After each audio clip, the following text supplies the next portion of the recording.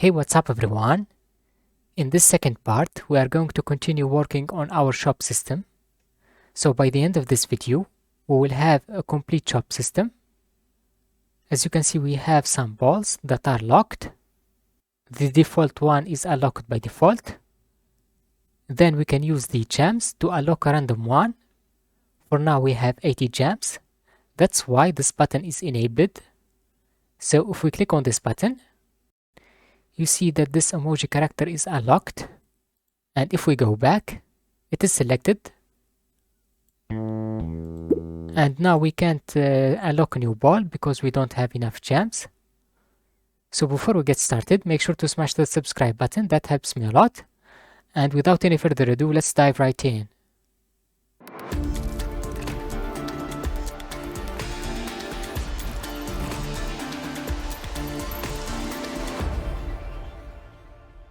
So in the last episode, we've added this character selection menu, and we can select different balls like the soccer ball, and yeah, it is selected in the game. But the only problem is that each time we retry the game, you see that the ball gets back to the first one, which is the default ball.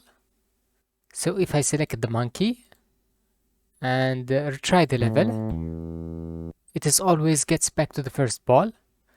The way we fix that is by using player paths, which is the easiest way to store a key value pairs in a safe location.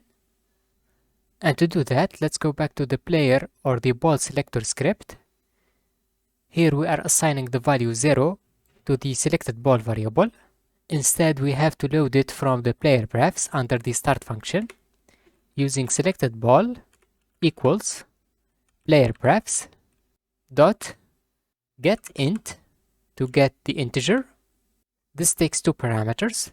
The first one is the key, which is a string like selected ball, and the second one is the default value. We want to set it to 0 by default. So this is going to check if there is a key that is stored under a memory location and has the name selected ball. In such case, it will return the value and assign it to our selected ball variable. Otherwise, it will create a new one with the default value 0. And each time we change the ball, we have to set this key under this change ball function. Let's use player paths dot set int, not get, to set the value. It takes the name selected ball.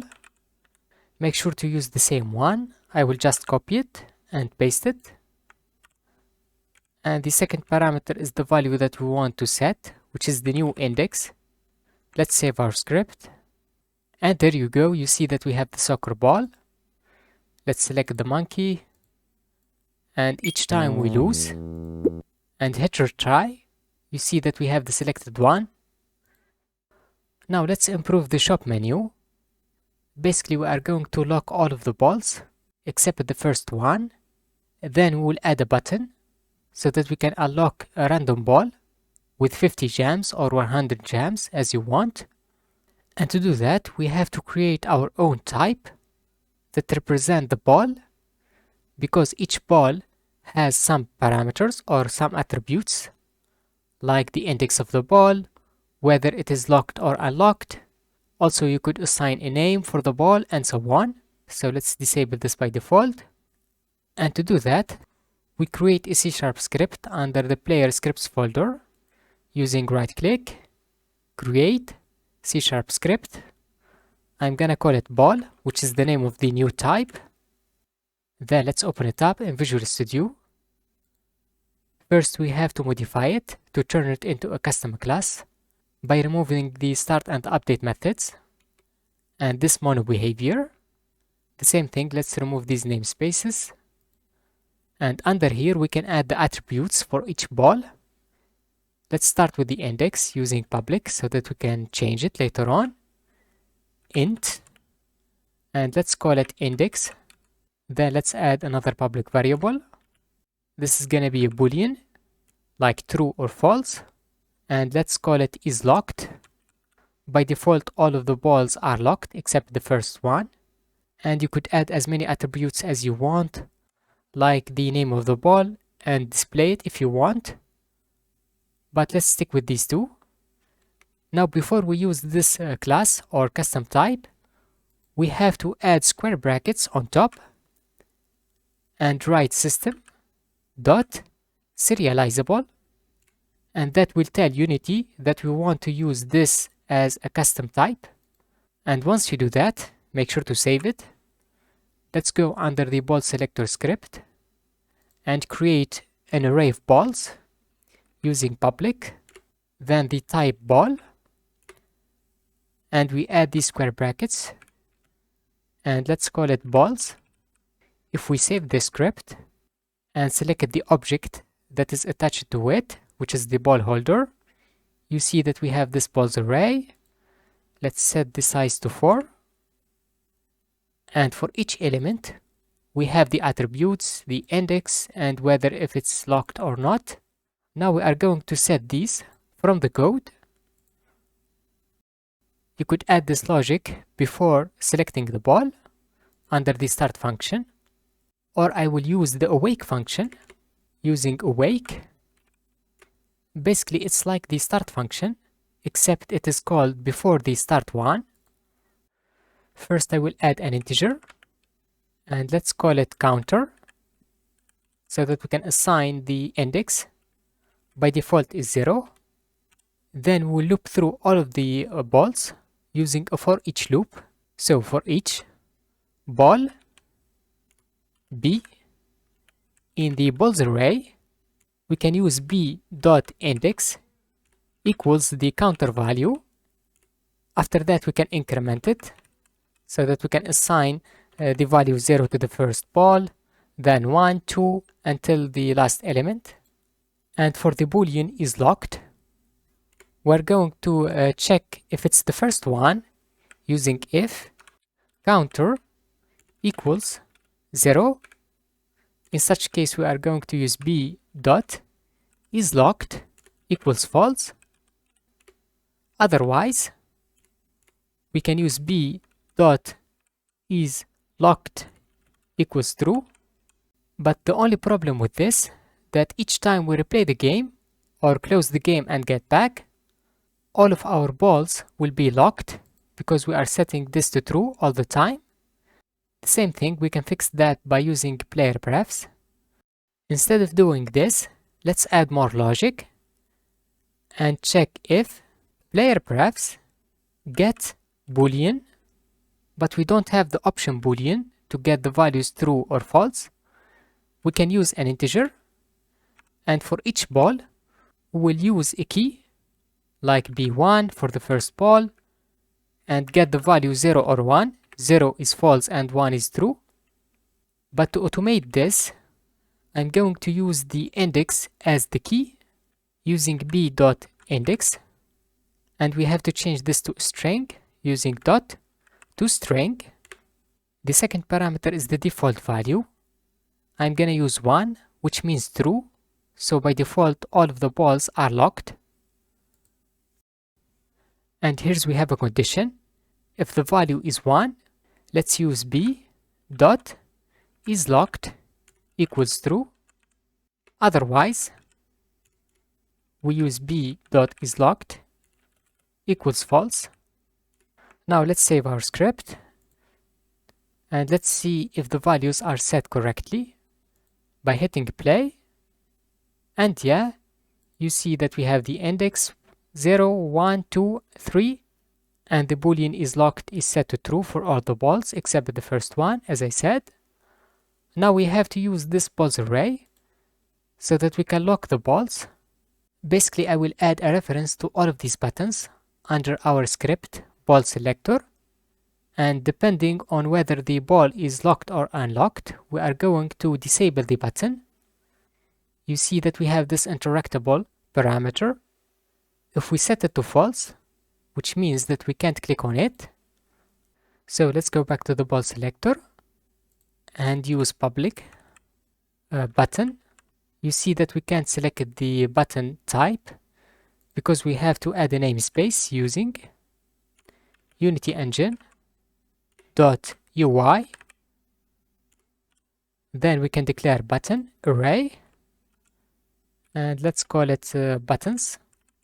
Then let's go under the awake function and disable the button if the ball is locked.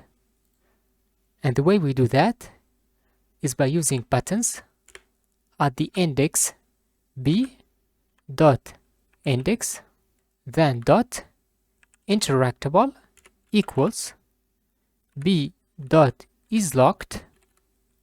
For example, the first button, the boolean is locked is false, and that will make the button an interactable or disable it. Actually, we need to add the opposite by adding this exclamation mark. Let's save our script. Then select the ball holder. We have to reference the buttons.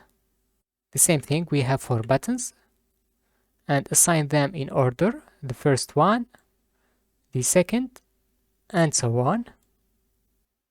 Now if we go to the shop menu, you see that all of the balls are locked.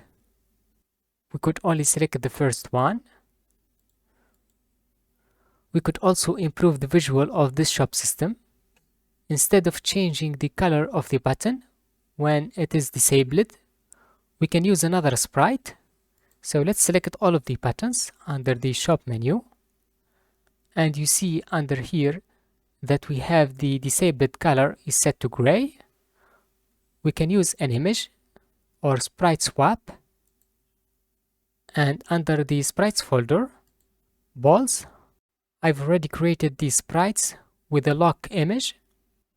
So let's select the first one and assign the disabled sprite, which is this one for the default ball. Then we have the emoji, and finally the soccer ball. And let's try it again after disabling this shop menu. And yeah, now it is better. The same thing, you have to change the other sprites, like the pressed sprite each time we press the image. And yeah, now we can select the ball. Let's use the gems. Under this shop menu panel, let's right click, UI, and use a button with the Text Mesh Pro. Let's call it a lock button. Then I want to move it a little bit down by changing the white position to -200. And I want to change the sprite to this one. Before that, you have to change it to sprite 2D and UI and hit apply. Then let's drag it under source image. I want to change the height to 50 and the text to the number of gems that we want to subtract from the number of gems, like 50 gems. I want to use a white color and make this text bold, and I like this font. Now each time we press the unlock button, we are going to select a random ball that is locked and unlock it, of course if we have enough gems. And to do that, we can create a function for our button. Let's add this under the change ball function using public void, and let's call it unlock. And here we have to do a few things. First, we have to select the balls that are locked, because we don't want to unlock a ball that is already unlocked. Let's write some notes. Then select a random one. After that, we have to unlock it. Also, I want to automatically select the ball that is unlocked. You could remove this extra step and make the user select the ball that you want. And let's start with the first step to get the locked balls from the balls array. First, we have to add another list to store the locked balls using list. Then we enter the type. The same thing, it is the ball type. Let's call it locked balls. By default, it's going to be empty using a new list of balls. After that, we can loop through all of the balls under the balls array using for each loop. So for each ball, B in the balls array, we can check if it's locked using if b dot is locked. In such case, we are going to add it to our list using locked balls dot add, and we enter the object, which is b. After that, we can select a random one using int, and let's call it random index or random ball equals random dot range. So we need to get an integer between 0 and the total number of locked balls using the locked balls list dot count. But we are missing one extra step. So if the locked balls is empty, that means that all of the balls are unlocked. We don't have to unlock a new ball. We can add another if statement using if the locked balls is empty using dot count to get the number of elements. If it's 0, then we have to return. And the third step is to unlock the ball using locked balls. Then we open and close these square brackets and enter the index random ball. The same thing, we can access the index using index and whether if it's locked or unlocked. Of course it is locked because it is selected from the locked balls. We have to use its index to unlock the ball from our balls array, which we are using in our game. I'm gonna assign it to a variable using int ball index. Then we have to access the balls array at the same index, ball index dot is locked equals false. Also, we have to enable the button again using the buttons array at the index ball index dot interactable equals true. And finally, we have to change the boolean from the player prefs to check whether the character is locked or not using player prefs dot set int. As I said, we are using the index ball index and we have to change it to a string using the toString method, and the value 0, which means false. And last but not least, we can select the ball. Basically, we can select the button from the code using the button, which is the button at the index ball index dot on click, then dot invoke, and that selects the new ball. You could also display a message like a new ball is unlocked and close the shop menu automatically. And before we test our code, we need to disable or enable the button that allows you to unlock a new ball, depending on whether we have enough gems or not. So let's go on top and add a reference to the button using public button. I'm gonna call it unlock button. Then under the update function, so we need to check for that each frame. So the update function is after the start. I'm gonna cut it and paste it down here. So we need to get the number of gems. The same thing, I'm using player prefs using if player prefs dot get int. The first parameter is the name and it is called total gems. Let's copy the same name and pass it in. And we have 0 as the default value. So if this number is less than 50, then we have to disable the button using unlock button dot interactable equals false. Otherwise, so if we have enough gems, we're going to enable it using unlock button dot interactable equals true. And I think that's pretty much it. So let's save our script.